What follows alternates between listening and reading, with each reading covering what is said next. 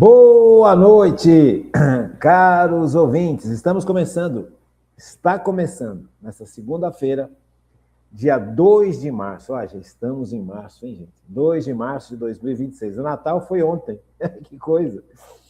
Em nome do Pai, do Filho e do Espírito Santo, o programa Kairos Tempo de Graça, de número 1043. Eu sou Paulo Miziara e ficaremos juntos até às 9h30 da noite, nos 1.600 kHz, AM da Rádio 9 de Julho, nos trabalhos técnicos, o monstro Michel Silva, grande Michel Silva, aquele abraço. Muito obrigado.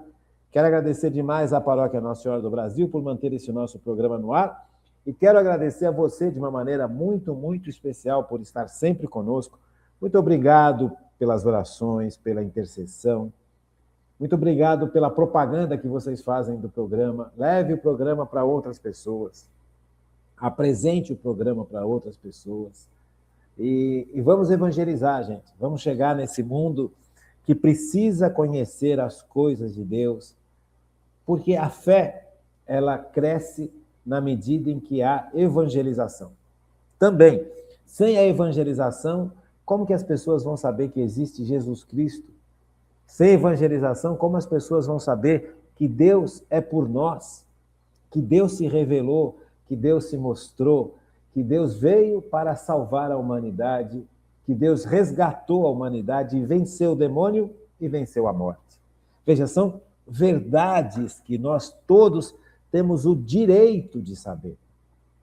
Eu não acredito em Deus, eu acho que esse mundo é muito injusto, e se Deus existisse, o mundo não seria tão injusto assim. Gente, nós somos muito pobres em conhecimento. A nossa visão é muito tímida diante da realidade. O orgulho, a falta de fé, cega a nossa capacidade de enxergar a realidade. Este mundo cheio de injustiças não é culpa de Deus.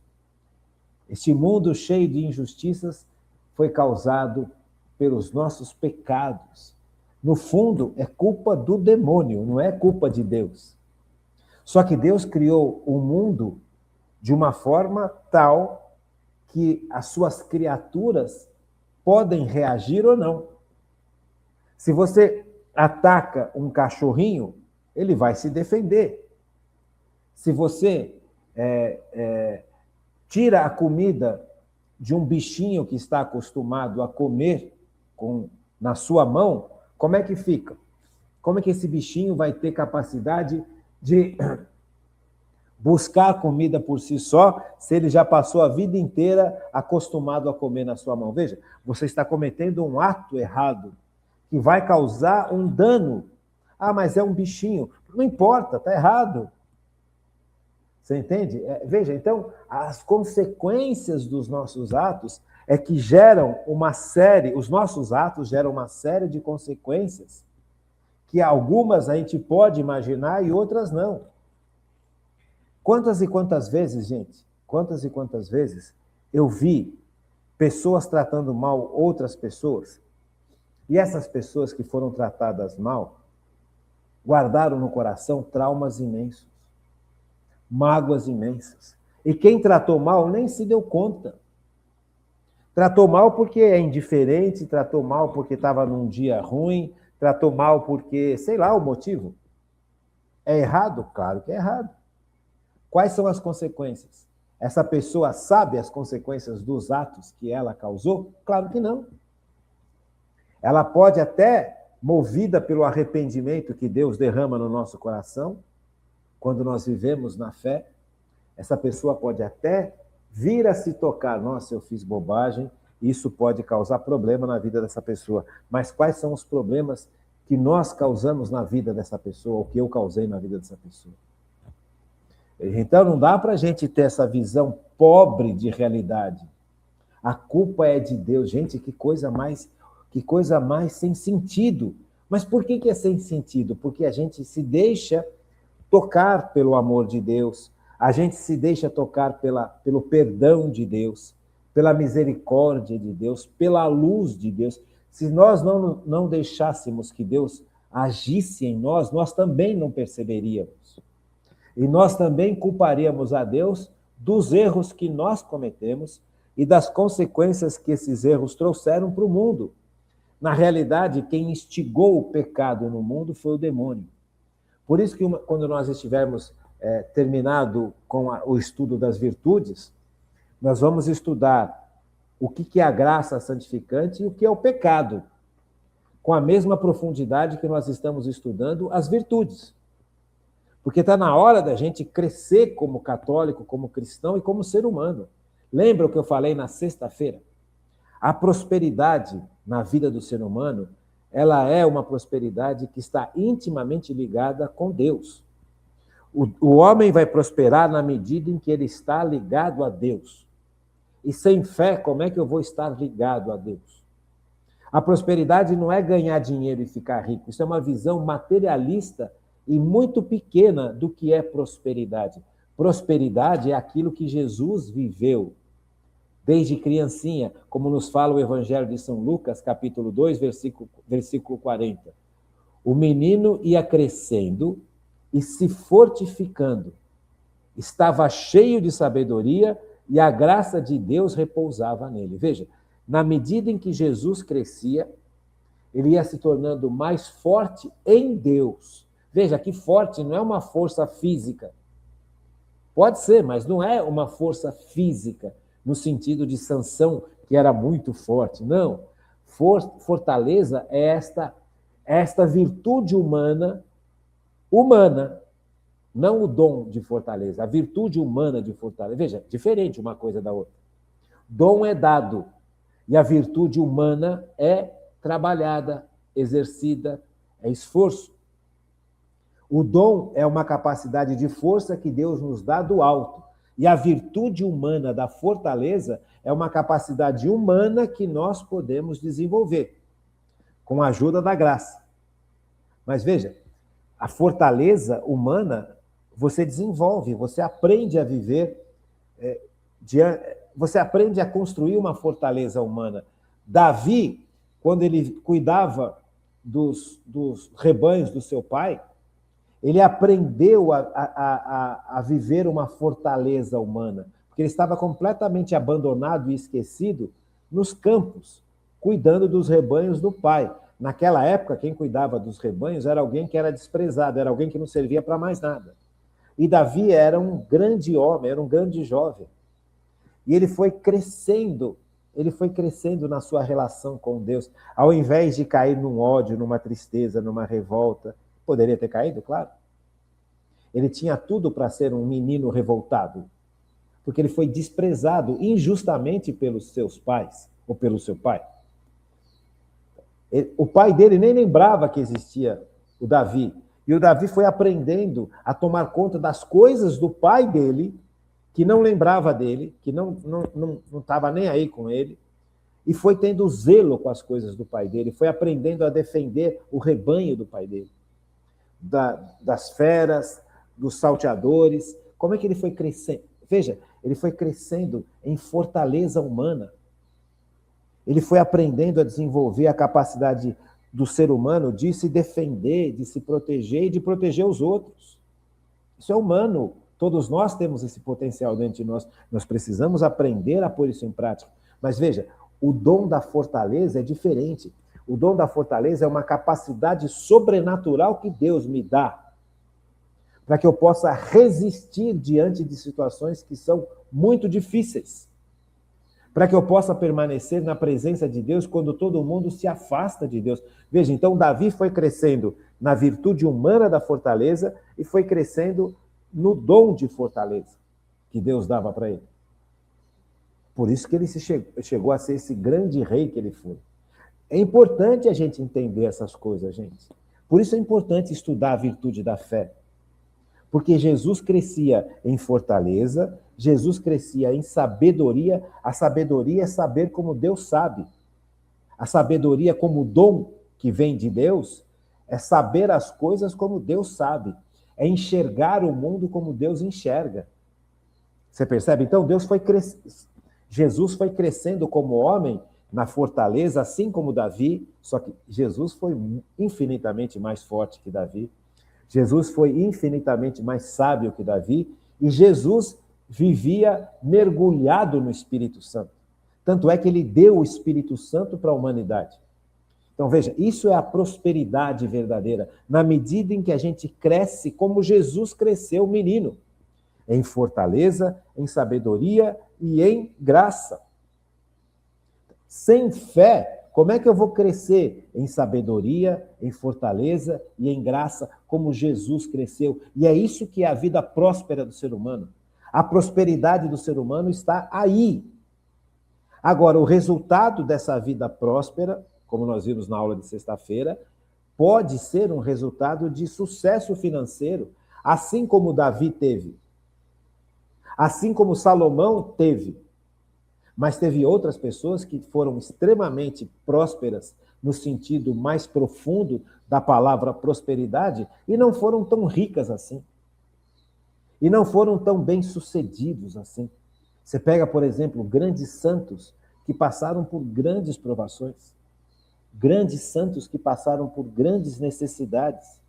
E eram homens e mulheres profundamente prósperos, bem-sucedidos naquilo que o ser humano é chamado a ser bem-sucedido. Então, você tem exemplos bíblicos de homens e mulheres que foram muito prósperos na medida em que cresceram na verdadeira prosperidade, que é crescer na fortaleza, na sabedoria, que é crescer na graça de Deus. E a consequência disso pode ser sucesso financeiro, pode ser sua família numerosa, pode ser um monte de coisa. Percebe? Só que o mundo ensina a gente a só buscar a riqueza, pela riqueza, para poder viver de forma cômoda, para poder viver fazendo aquilo que eu quero fazer. Veja, isso não é a verdadeira prosperidade.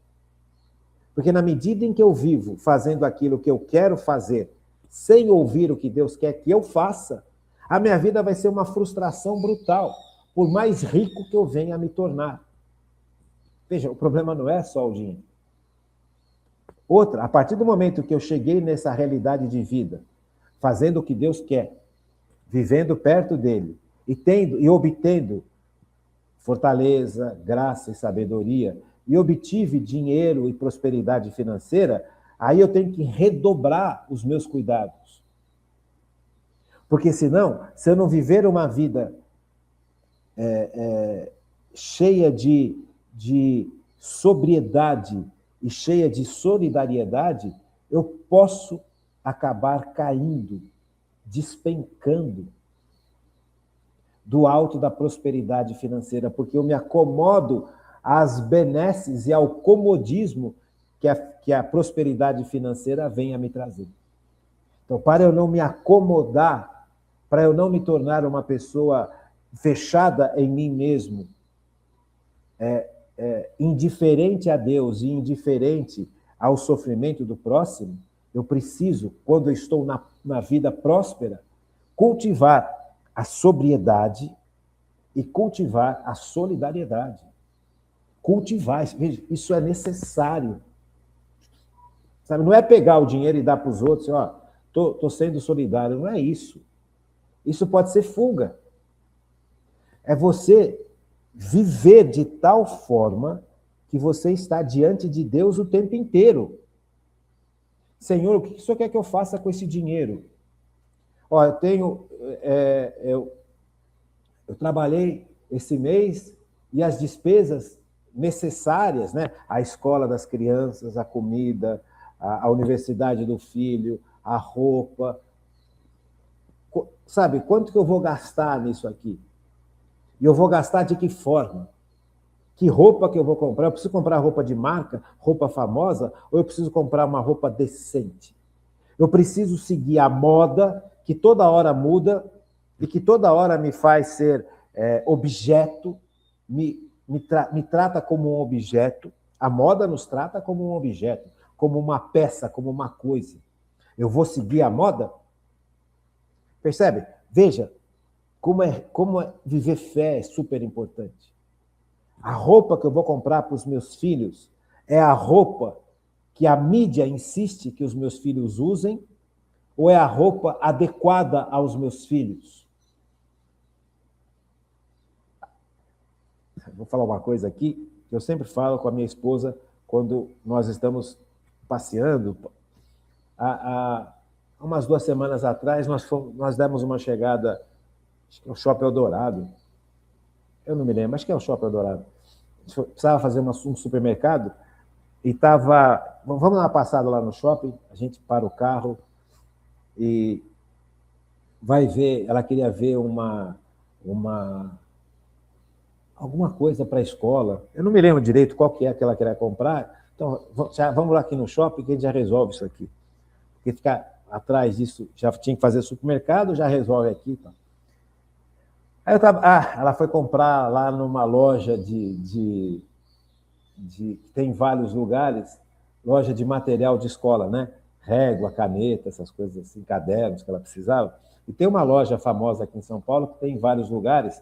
Então ela precisava ir nessa loja, que ela é professora, que ela precisava comprar determinadas coisas para dar para os aluninhos, né? A régua, a canetinha, não sei o quê, como uma forma de incentivar os alunos. Aí, aproveitar, vamos ao supermercado também. Então, matar 2 coelhos numa cajadada. E aí a gente estava fazendo isso, aí estava eu com a minha esposa, de mão dada, aí veio caminhando em nossa direção uma menina com shorts super, hiper cavado e com uma blusa super, hiper cavada. Uma menina bonita. Uma menina que você vê que tem trato. Aí eu perguntei para ela, a Flávia só olhou para mim e falou assim, aí, se fosse sua filha? Porque eu sempre falo, se fosse minha filha, acho que eu teria um troço se a minha filha usasse um negócio desse. Porque, sabe, veja, o que essa menina está falando com a sua roupa? Qual que é a mensagem que ela está passando? Veja, isso é muito difícil das pessoas compreenderem. Porque tem um monte de gente que tem má intenção, tem um monte de gente que tem coração ruim no sentido de pecado. Tem gente que, mesmo com a menina bem comportada, vai ter má intenção, vai ter má visão. Não é só questão da roupa, mas é também questão da roupa. Tem gente que tem tanta malícia no coração que a pessoa pode ser uma freira, que essa pessoa vai ter má intenção no coração. Não é esse o sentido que eu estou falando. O sentido que eu estou falando é o que essa menina está comunicando ao mundo com esse tipo de roupa. Essa menina não tem a menor noção do que ela está comunicando ao mundo ao usar esse tipo de roupa. Porque a mídia insiste que ela use. Porque as amigas insistem que ela use. O que é bonito tem que ser mostrado, tem que ser esfregado, tem que ser motivo de atração. Percebe? Veja, a mentalidade do mundo é perversa, gente. E que roupa que a gente está dando para os nossos filhos? Que formação que a gente está dando para os nossos filhos? Quais são os conceitos que nós estamos dando para os nossos filhos? Que os nossos filhos podem fazer o que eles quiserem? Quando eles acham que eles podem fazer o que eles quiserem, eles estão fazendo o que quem controla a mídia quer que eles façam. Essa noção de liberdade que a humanidade tem hoje é uma noção extremamente perversa e pervertida. Porque a ideia humana hoje de liberdade é fazer o que eu quero. Eu ponho a roupa que eu quero, eu vou aonde eu quero e eu faço o que eu quero. Isto é a maior mentira que pode existir na humanidade, uma das maiores mentiras. Porque, na realidade, você não faz o que você quer, você não põe a roupa que você quer, você não vai aonde você quer, você vai aonde a mídia mostra para você ir. Você põe a roupa que a mídia mostra que você tem que pôr, a moda que você tem que seguir, a forma que você tem que pensar. Nós estamos vivendo uma manipulação, chama manipulação das massas. Isso é estudado na psicologia. Se vocês fizerem um curso profundo de psicologia, não uma faculdade de psicologia, se você for fazer um mestrado, um pós-mestrado de manipulação das massas, você vai aprender a manipular e vender aquilo que você quer vender. Tanto de produtos, quanto de ideias, quanto de costumes. Então veja, quando o ser humano hoje, o ser humano moderno, que somos todos nós, chega e fala, eu sou livre, eu faço o que eu quero. Gente, você não é livre. Você está preso sobre as suas paixões. Você está preso debaixo de um vício tremendo, ou vícios tremendos, e você está preso debaixo daquilo que quem programa quer para você. Os donos do mundo. Se os donos do mundo querem vender a ideia de que o homem tem que ser desprezado, o homem tem que ser considerado a pior coisa que tem na face da Terra, o homem masculino, eles vão vender a ideia de que o homem tem que ser desprezado, porque o homem masculino não serve para nada, que é a pior coisa que aconteceu, porque é o machismo, é o paternalismo, e aí você começa a perceber que há homens que cometeram erros e homens que não. Há homens que são machistas e homens que não. Só que é vendida para toda a sociedade uma ideia que engloba todos os homens, como se todos os homens masculinos fossem o câncer da humanidade. Gente, isso é vendido de manhã, de tarde, de noite. E uma mulher que foi humilhada, que sofreu sobre o machismo, que não teve oportunidade de trabalho, quando escuta isso, abraça isso com todas as forças que ela tem. Ao invés de entregar para Deus os seus traumas, as suas mágoas. Mas se você não sabe quem é Deus, como é que você vai entregar para Deus os seus traumas, as suas mágoas? Se você tem uma visão distorcida de Deus, como é que você vai entregar para Deus os seus traumas, as suas mágoas, se você acha que Deus é culpado de tudo? Gente, vida de fé é importantíssima. Hoje, nunca a sociedade foi tão manipulada como está sendo nos últimos tempos. Em tudo. Através das ideologias, através do comércio, no sentido de propaganda, através de propagação de conceitos. Então, quando uma menina linda, tão bonita daquela, tão novinha, vestida daquele jeito, seminua, sabe, o que essa menina está fazendo? Se você conversar com ela, falar, eu faço o que eu quero, meu corpo, minhas regras. Eu sou feliz desse jeito. Eu estou buscando a minha felicidade. Veja, estou buscando a minha prosperidade, a minha felicidade, a minha independência. Como nós somos manipulados. A verdadeira independência está em crescer como o menino Jesus cresceu. Em sabedoria, em fortaleza e em graça. E aí vem todo o resto. Porque o menino Jesus, quanto mais forte ele se tornava, quanto mais sábio ele se tornava, quanto mais repleto de graça ele vivia, tanto mais ele adorava a Deus Pai. Tanto mais ele vivia para o seu Pai. Tanto mais ele obedecia ao seu Pai, sendo ele a segunda pessoa da Trindade que se fez homem. Percebe? Percebe a total incoerência entre o discurso real da fé e o que o mundo nos propõe? Dá para entender o choque que isso causa? Veja, todos nós fomos criados debaixo dessa manipulação do mundo. Todos nós fomos criados com a ideia de que a prosperidade é você ficar rico e ter uma vida cômoda. Percebe? Veja, volto a falar pela milésima vez, não tenho nada contra a riqueza, nada contra ganhar dinheiro, nem Deus quer que nós sejamos miseráveis e fracassados. Deus quer que a gente seja feliz e bem-sucedido, porque a nossa felicidade e o sucesso reflete a glória de Deus. Mas debaixo da sabedoria de Deus, debaixo da obediência de Deus, debaixo de uma palavra que as pessoas hoje odeiam, do senhorio de Cristo. Porque senão nós nunca atingiremos essa prosperidade única e real. Você compreende? Porque nós fomos muito manipulados, gente.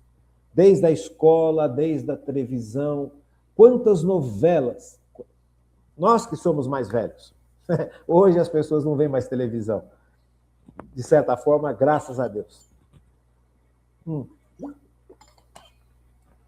Quantas novelas que os mais velhos ouviam, assistiam?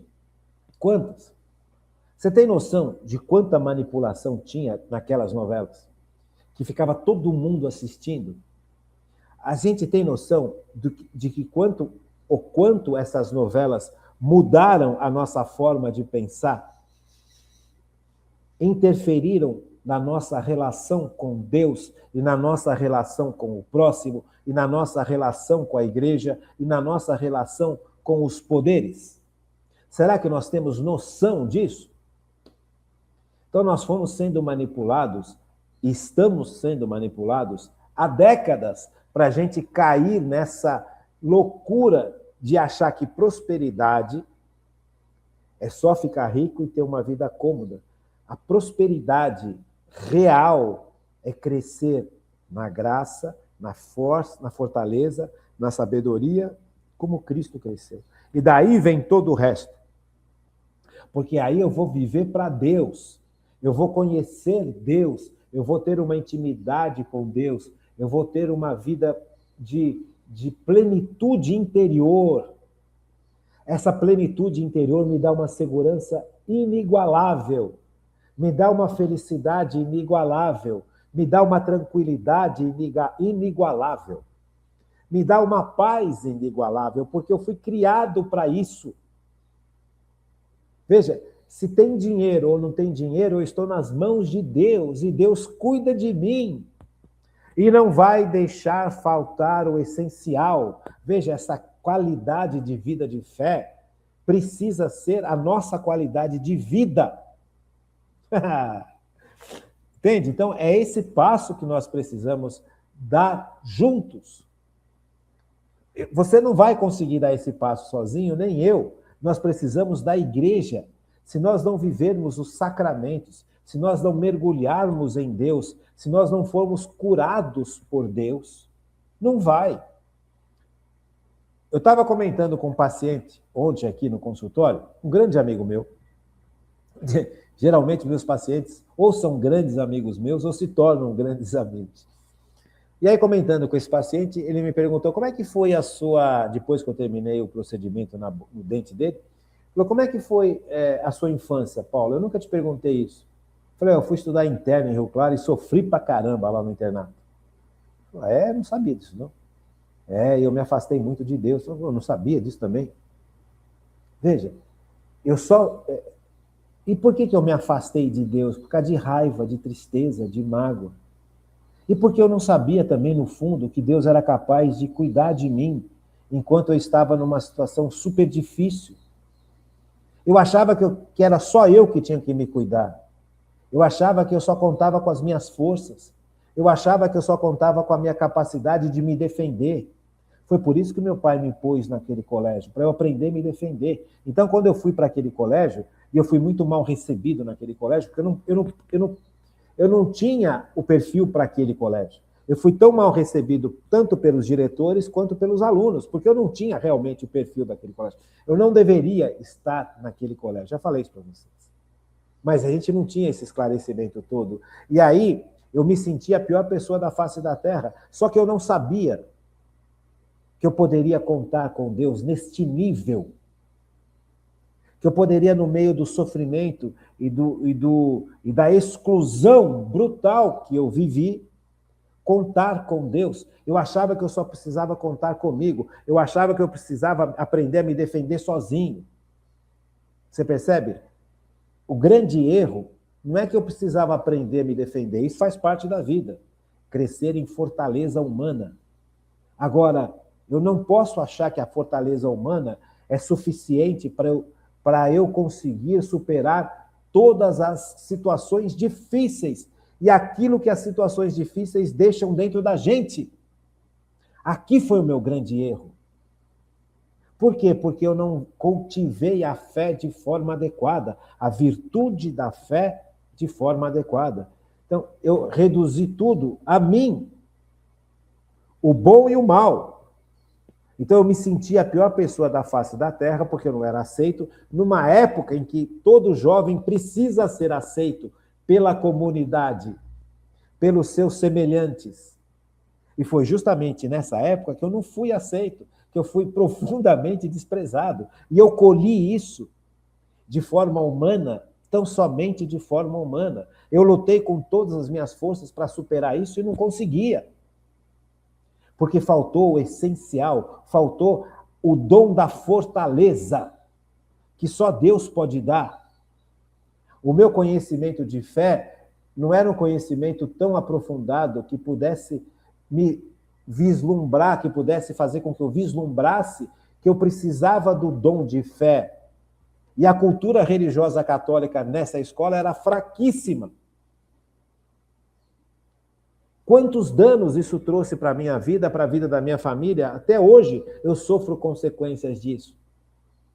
Porque, sabe, faltou aquela consciência de que Deus era por mim, de que Deus poderia me sustentar sem tanto trauma, de que Deus poderia cuidar dos meus traumas, de que Deus poderia curar os meus traumas. Como isso fez falta na minha vida, gente. Por isso que eu insisto tanto em ensinar.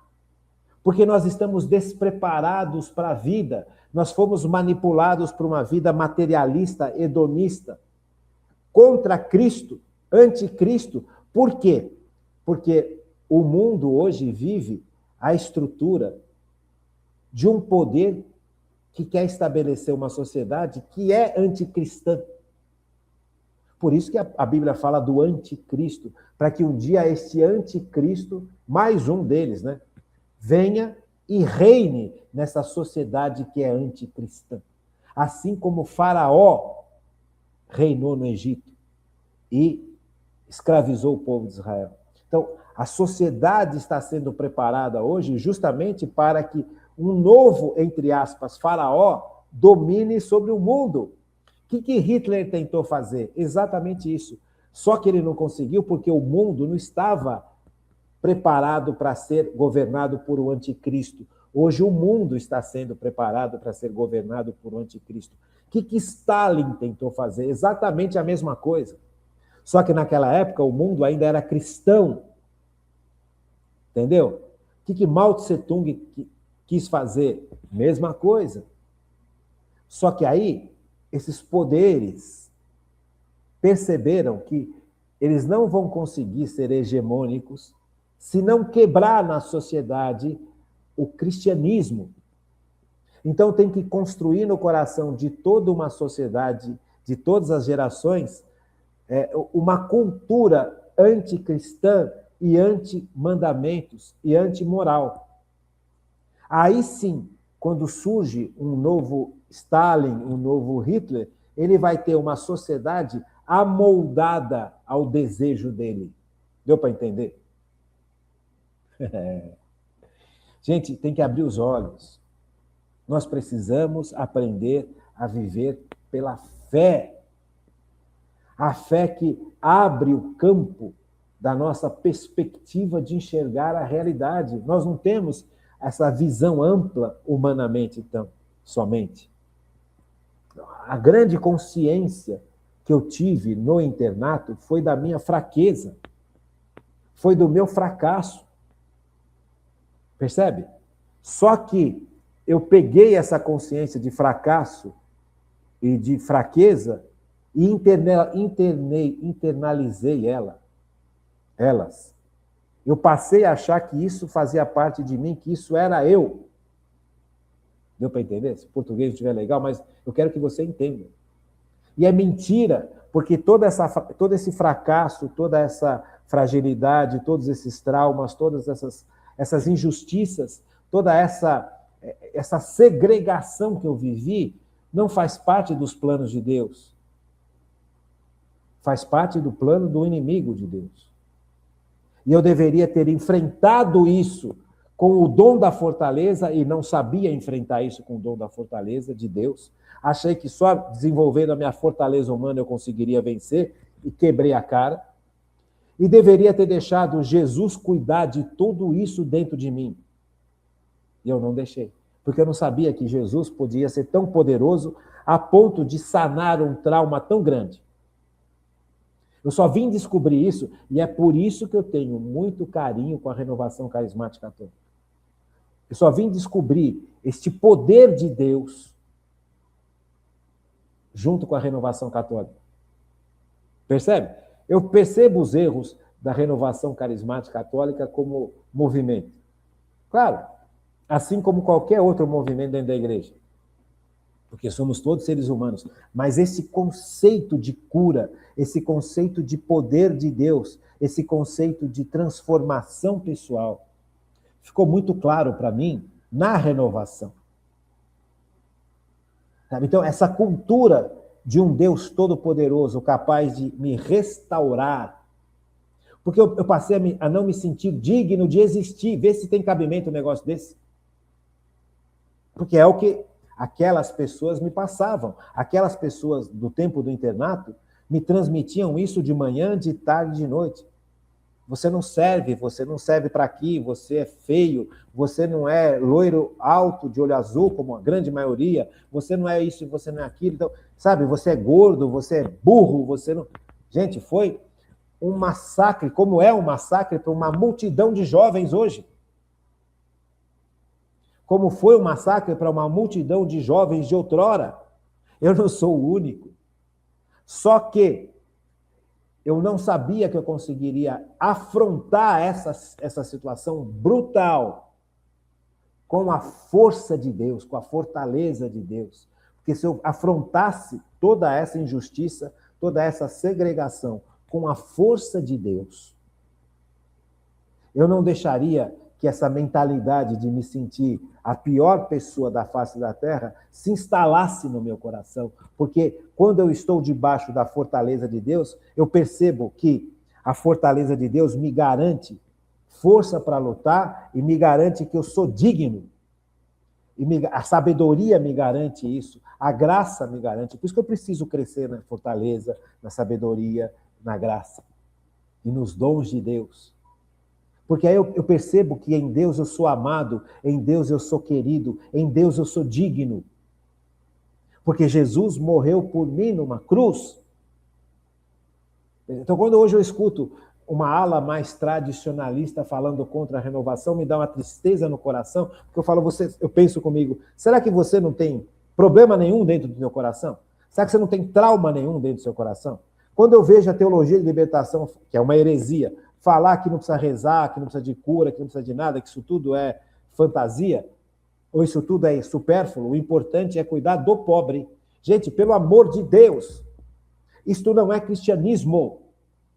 Quando você acredita que só o racional é o suficiente, ou só a ação a um determinado grupo de pessoas é o suficiente, você se afastou da fé verdadeira. Por mais boas ações que você pensa fazer, afastado da fé verdadeira. A fé verdadeira é se debruçar sobre Deus, se colocar de joelhos sobre Deus e se debruçar no sofrimento da humanidade, não de um grupo, no poder de Deus, que ilumina o meu racional e a minha vontade, no amor que Deus transmite para mim de forma sobrenatural. Se eu vivesse esse amor que Deus transmite de forma sobrenatural no tempo de moleque, talvez eu não tivesse um monte de trauma que eu desenvolvi no meu coração, e dentre desses traumas vem uma paralisia de um medo brutal de dar passos. Falta de fé. Você entende? E aqui não é ir contra ninguém, nem o pessoal do internato, nem nada. É uma constatação da vida. A vida é assim. Se não fosse no internato, seria em outro lugar, seria na faculdade, seria no trabalho, seria onde for, seria até em casa. Percebe? Então, a vida próspera, ela só acontece como aconteceu, como Jesus Cristo, menino, nos ensinou a viver. O menino, Lucas 2:40. O menino ia crescendo e se fortificava. Estava cheio de sabedoria e a graça de Deus repousava sobre ele. Jesus crescia em força, em sabedoria e em graça. Acho que dá para entender o sentido do que é viver na virtude da fé, né? Então, veja, não é uma teoria. É isso que eu quero que fique bem claro. Não é uma teoria, é uma realidade extremamente humana, extremamente palpável. Isso eu não aprendi em livro, isso eu não aprendi em apostila, isso eu aprendi na dor. Foi alguém que me perguntou na sexta-feira aonde a gente vai seguir as aulas, como que a gente vai seguir as aulas, quais são o apoio para as aulas. O apoio para a aula está na dor, está na entrega, está na humildade, está em se colocar na presença de Deus, rezar, dobrar o joelho no chão e rezar o terço, comungar, confessar, cultivar uma vida de humildade perante Deus. Eu preciso de Deus para tudo, e Deus é capaz de agir em tudo aquilo que eu preciso dele. E é isso que a falta de fé faz com que a gente esqueça. Tudo que eu preciso de Deus, Deus tem poder para agir em tudo aquilo que eu preciso. Se eu preciso de cura, Deus me dá. Se eu preciso ter uma capacidade de me enxergar de forma correta, não sou autossuficiente e não sou a pior pessoa da face da terra. Como o mundo faz com que a gente se sinta, ora autossuficiente e ora a pior pessoa da face da terra. Veja, eu não sei se você já fez essa experiência. Você pegar um arame, faz assim com o arame, sobe e desce, sobe e desce, sobe e desce, até que o arame se parta, rompa, porque esse movimento de subir e descer rompe o arame.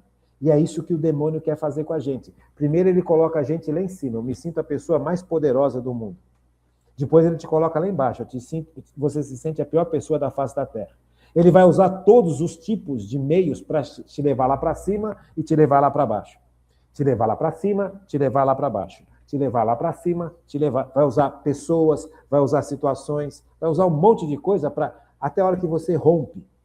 É isso que ele quer. Você rompido, ele pisa na sua cabeça e mostra para Deus, olha o teu filho aqui. Então a vida de fé, a falta de fé é tenebrosa. Então Deus é capaz de cuidar de mim? Deus, sim. Deus é capaz de me mostrar a minha verdadeira imagem que ele tem sobre mim? Sim. E a imagem que Deus tem sobre mim é a imagem de Cristo. Ele me olha através de Jesus Cristo. Ele não me olha através do mal. Ele não me olha através do erro, do pecado, mesmo que eu tenha cometido todos eles. Mas Deus continua me olhando pelo prisma de Cristo. A lente com que Jesus, com Deus Pai, me olha é Cristo. Ele vê Cristo em mim, porque eu fui criado à imagem e semelhança de Cristo, porque eu fui batizado na igreja e recebi o Espírito Santo, que molda o meu ser cada vez mais parecido com o ser de Cristo, mesmo sendo uma criatura. Eu nunca serei um Deus, eu serei deificado, já expliquei isso para vocês muitas vezes. Por isso a importância de estudar o Catecismo da Igreja Católica.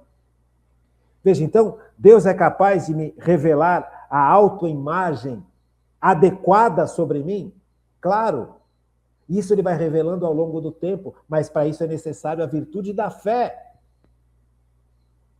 A verdadeira virtude da fé. Então, a imagem real que eu tenho perante Deus não é que eu sou o maior cara do mundo e nem o mais fracassado, como muitas vezes eu já me senti.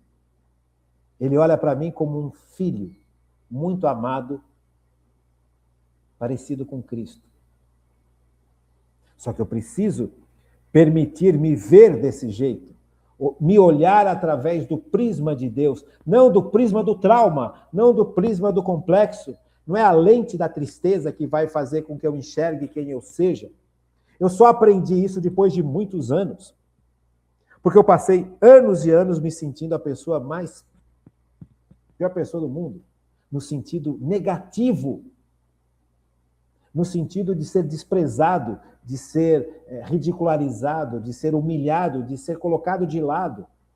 Gente, preconceito. Eu passei por preconceitos terríveis.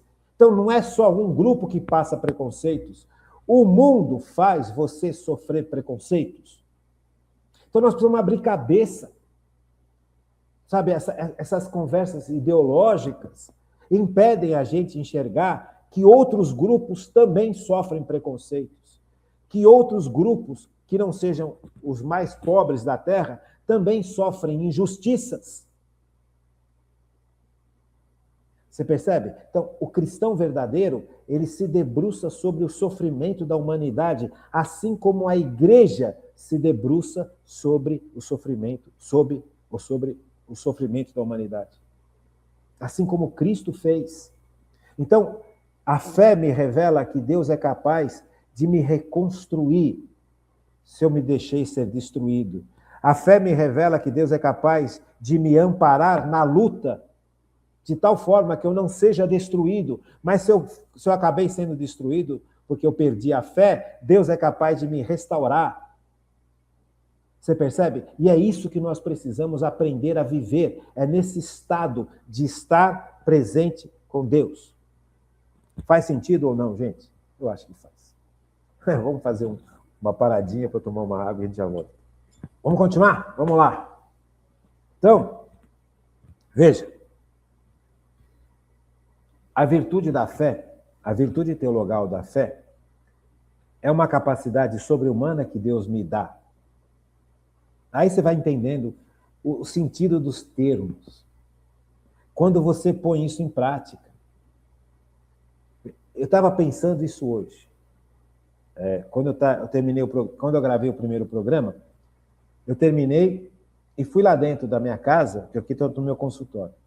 O meu consultório fica no terreno da minha casa. Aí eu fechei aqui o computador, fui lá para minha casa e fui passar essa blusa para poder usar. Troca de blusa, porque o programa é um segundo programa. Eu gravo 2 programas por dia. Então eu uso uma blusa, uma camiseta, uma camisa, depois eu tiro a camisa, vou lá, não dá tempo de passar, não deu tempo de passar isso de manhã cedo. Então eu fui lá passar essa camisa e estava pensando, puxa vida, como é que a gente afronta esse mundo que é contra Deus, sem o poder de Deus? Não tem como. Veja, e eu sou chamado a afrontar este mundo. Eu sou chamado a combater em Cristo, na igreja e com a igreja, este mundo, em todas as áreas da minha vida. Como é que eu vou conseguir exercer esta missão que é dada a todos nós, sem o dom da fortaleza, sem o dom da sabedoria? Tem horas que você vai ter que enfrentar isso sozinho. Você não vai ter apoio humano. O ideal é que nós enfrentássemos tudo isso em comunidade. Mas tem determinados momentos da vida que você vai ter que enfrentar certas situações em que a virtude da fé vai ser extremamente importante. Você começa a olhar, você fala, puxa vida, eu preciso trabalhar. Aí alguém me oferece um trabalho em que eu vou ter que cometer pecados graves, me corromper, enfim. E eu estou precisando daquele trabalho. Eu preciso pagar as contas. E eu falo, não vou. O mundo vai se opor a gente. Você está louco? Você tem que pagar a conta. Como é que você vai fazer um negócio desse? É um trabalho bom. Não, eu vou ter que, para vender essa caneta, eu vou ter que dar dinheiro para os caras comprarem essa caneta. Eu vou ter que ter um tipo de corrupção. Eu não quero corromper nada nem ninguém. Eu quero viver na santidade. Ou então você nunca vai conseguir trabalho. Ou então você trata de montar o seu negócio. Opa! Talvez se eu montasse o meu negócio, nem que seja pequenininho, eu não preciso ser muito grande, muito poderoso, muito rico, muito forte. Eu preciso trabalhar bem, honestamente, e viver de acordo com o meu trabalho. Eu estou afrontando o mundo. no poder da fé. Eu estou afrontando o sistema que o demônio construiu no poder da fé. Já que eu não vou ter emprego, então eu me coloco nas mãos de Deus e vou abrir um negocinho meu, pequenininho, de acordo com a gente percebe a necessidade das pessoas. E vou fazer de forma honesta, de forma digna. Vou fazer com Cristo, para a glória de Deus, para que a vitória de Deus seja visível nesses tempos tão tenebrosos. Isto é viver pela fé. E a coragem para a gente fazer isso. Se nós não aprendemos a crescer como Jesus cresceu, em fortaleza, sabedoria e graça. Como é que eu vou conseguir viver como Davi viveu? Tudo que Davi fazia, ele fazia para dar glórias a Deus, para que a glória de Deus fosse conhecida. Aqui está o sentido mais profundo da vitória de Davi. Veja, Davi fazia as coisas não para agradar os outros. Davi fazia as coisas não para compensar trauma. Davi fazia as coisas não para compensar erros. Davi fazia as coisas para que a glória de Deus aparecesse no mundo. Veja, a fé é isso. Nós fomos arrancados da fé, gente. Nós não sabemos nada disso. Sabe, será que eu faço as coisas para que a glória de Deus apareça no mundo? Será que isso é o grande impulso da minha vida? Eu vou montar um negócio para que a glória de Deus apareça. Apareça como? Apareça no sucesso do negócio, na honestidade do negócio, na ajuda que esse negócio vai fazer para os outros. Será que a glória de Deus é colocada em primeiro lugar? Ou eu sou colocado em primeiro lugar? Eu vou montar esse negócio porque eu preciso, porque eu quero, porque eu acho, porque os outros falaram que é para montar, porque não sei o que. Será que aqui a gente percebe o quanto nós todos fomos arrancados da fé? Arrancaram a gente, chegaram com a gente e puxaram a gente do coração de Cristo. Porque nós não vivemos para fazer tudo para a glória de Deus. Infelizmente, nós nos acostumamos, e todo mundo ao nosso redor faz e vive desse jeito, para o seu sucesso, para o seu interesse. Não que isso não seja bom, mas veja, o importante é que eu faça as coisas para a glória de Deus. Então, se Davi era rei, estava bom. Se Davi fosse pastor, estava bom. Porque tudo que ele fazia, ele não fazia para compensar traumas, tristezas, angústias e ansiedades, ou perspectivas dos outros, ou a mídia da época. Não tinha, mas só para um exemplo. Ele fazia para que a glória de Deus aparecesse para os outros povos. Veja, o povo de Israel foi chamado para evangelizar os outros povos. Como é que o povo de Israel iria evangelizar os outros povos? Não era falando, era mostrando o poder de Deus. Porque aqueles outros povos que eram bárbaros, que eram violentíssimos, só acreditariam quando eles percebessem um poder maior que o deles. Então, tudo que Davi fazia, ele fazia para que o poder de Deus ficasse manifesto para o mundo. Então, tanto faz se Davi fosse o rei, ou se ele fosse o inimigo do rei, ou se ele fosse um pastor, ou se ele fosse só um adorador a Deus. Contanto que a glória de Deus aparecesse. Veja, isso foi tirado de nós não tivemos essa formação. Por isso que eu fico muito triste com isso. Eu fico muito triste de não ter tido essa formação desde pequeno. E é por isso que a gente tem que levar as coisas de Deus para o mundo, para a gente voltar para o caminho certo, o caminho da fé. E o caminho da fé me garante que tudo que eu tenho que fazer, eu tenho que fazer para que a glória de Deus seja manifesta para o mundo, não a minha glória. Nós vivemos para os traumas, para compensar trauma, ou para dar satisfação para os outros de alguma coisa. mas nós não vivemos para que a glória de Deus se manifeste no mundo, para que a vitória de Deus se manifeste no mundo. Salomão teve medo de enfrentar os exércitos dos outros povos, porque o exército de Salomão não estava mais tão grande e tão bem preparado. Salomão esqueceu que quem daria a vitória a Salomão, como nós vimos na aula de sexta-feira, não era o exército de Salomão, era Deus junto com o exército de Salomão. Percebe? A falta de fé é tremenda, é brutal. E nós todos, infelizmente, alguns mais e outros menos, estamos mergulhados nessa falta de fé, porque a gente não vive mais para dar glória a Deus, para que a nossa vida reflita a glória de Deus. Se para conversão do mundo é necessário que eu tenha uma empresa muito bem sucedida, honesta, vivida de forma santa, Deus vai prover. Se para a santificação do mundo é necessário que eu tenha uma empresa pequenininha, que dê o suficiente para a nossa família viver e para ajudar a igreja, Deus vai prover. Porque o importante é que a gente viva e faça as coisas para que a glória de Deus seja manifestada, para que o poder de Deus seja manifestado no mundo ateu, assim como era no tempo de Salomão e Davi. Por isso que eu falo tanto de Salomão e Davi. Para que a gente possa começar a linkar as coisas, para que a gente possa colocar as coisas nos seus devidos lugares. O menino ia crescendo e se fortalecia, estava cheio de sabedoria e a graça de Deus repousava sobre ele. Jesus Cristo. Vamos pegar lá, Lucas, vamos pegar o Evangelho de São Lucas. Vamos pegar lá o Evangelho de São Lucas. Lucas 2. Evangelho de São Lucas 2. Jesus aos 12 anos, versículos 41 e seguintes. Jesus aos 12 anos.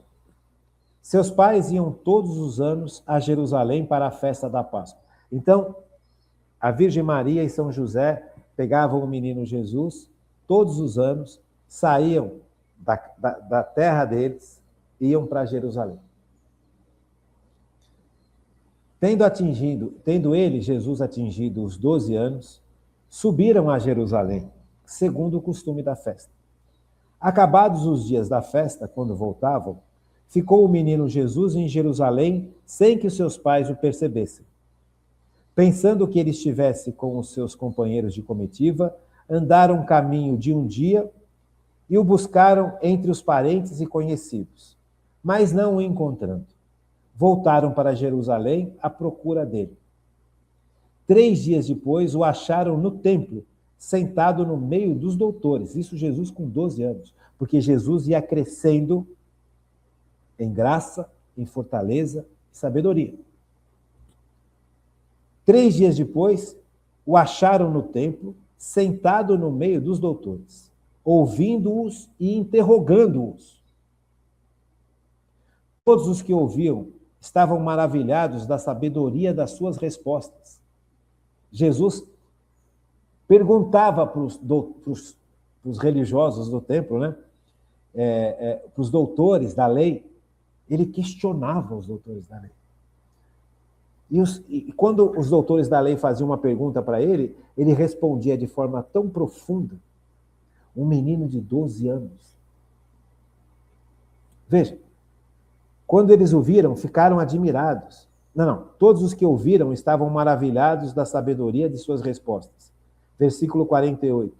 Quando eles o viram, aí os pais dele, a Virgem Maria e São José, ficaram admirados.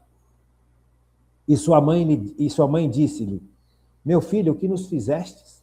A Virgem Maria não entendia por que o menino Jesus estava lá. Ela estava se sentindo terrível, porque ela perdeu Jesus. Jesus não veio com a Virgem Maria e não voltou com São José, porque aqui eu já expliquei isso para vocês. O que acontece? Enquanto a criança não faz 12 anos, a criança fica com a mãe. Quando a criança faz 12 anos, a partir dos 12 anos, a criança fica com o pai, naquele tempo de Israel.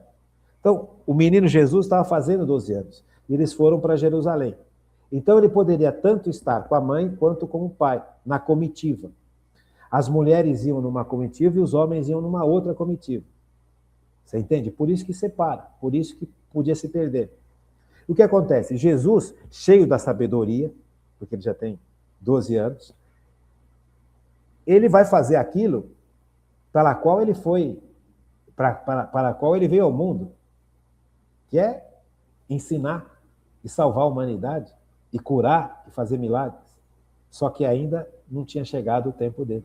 Então ele foi no templo de Jerusalém e começou a falar, começou a conversar, começou a ensinar, e ficou todo mundo atônito. E não parava, e foi ficando, e os pais foram embora. Quando os pais deram por conta, perceberam, puxa, cadê Jesus? E voltaram correndo para Jerusalém, e encontraram Jesus, eles, imaginem, São José e a Virgem Maria, a angústia que eles estavam.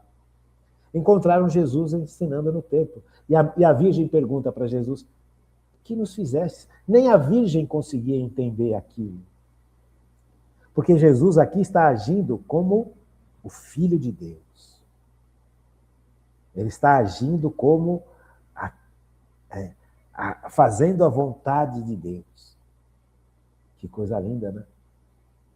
Muitas vezes a fé vai fazer com que as pessoas façam coisas que os outros não entendam. E a gente sofre porque os outros não entendem. Se você está debaixo da verdadeira fé, mas Deus te dá força. Meu filho, o que nos fizestes? Eis que teu pai e eu andávamos à tua procura, cheios de aflição. Respondeu-lhes ele, por que me procuráveis? Vocês não sabem que o meu lugar é aqui? Não sabeis que devo ocupar-me das coisas do meu pai? Ele está no templo. Eles, porém, não compreenderam o que eles lhe disseram. Em seguida, desceu com eles a Nazaré e lhes era submisso. Sua mãe guardava todas essas coisas no seu coração. E Jesus crescia em estatura, em sabedoria e graça diante de Deus e diante dos homens. Percebe, gente? A verdadeira fé, eu não gosto de usar esses termos, mas eu vou usar só para a gente... É uma máquina de felicidade. É um dínamo de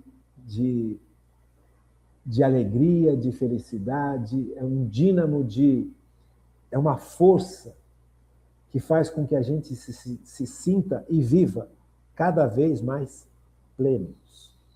Plenos. E Jesus, e o menino ia crescendo, crescia em estatura, em sabedoria e graça, diante de Deus e diante dos homens. Bonito, né? Bonito. Então, que a gente possa realmente mergulhar no contexto correto do que é virtude da fé. Que a gente possa descobrir, através da virtude da fé, o poder de Deus, o amor de Deus, a justiça de Deus e a vontade de Deus para cada um de nós. Tá bom? Fiquem com Deus, uma boa noite e até amanhã, se Deus quiser.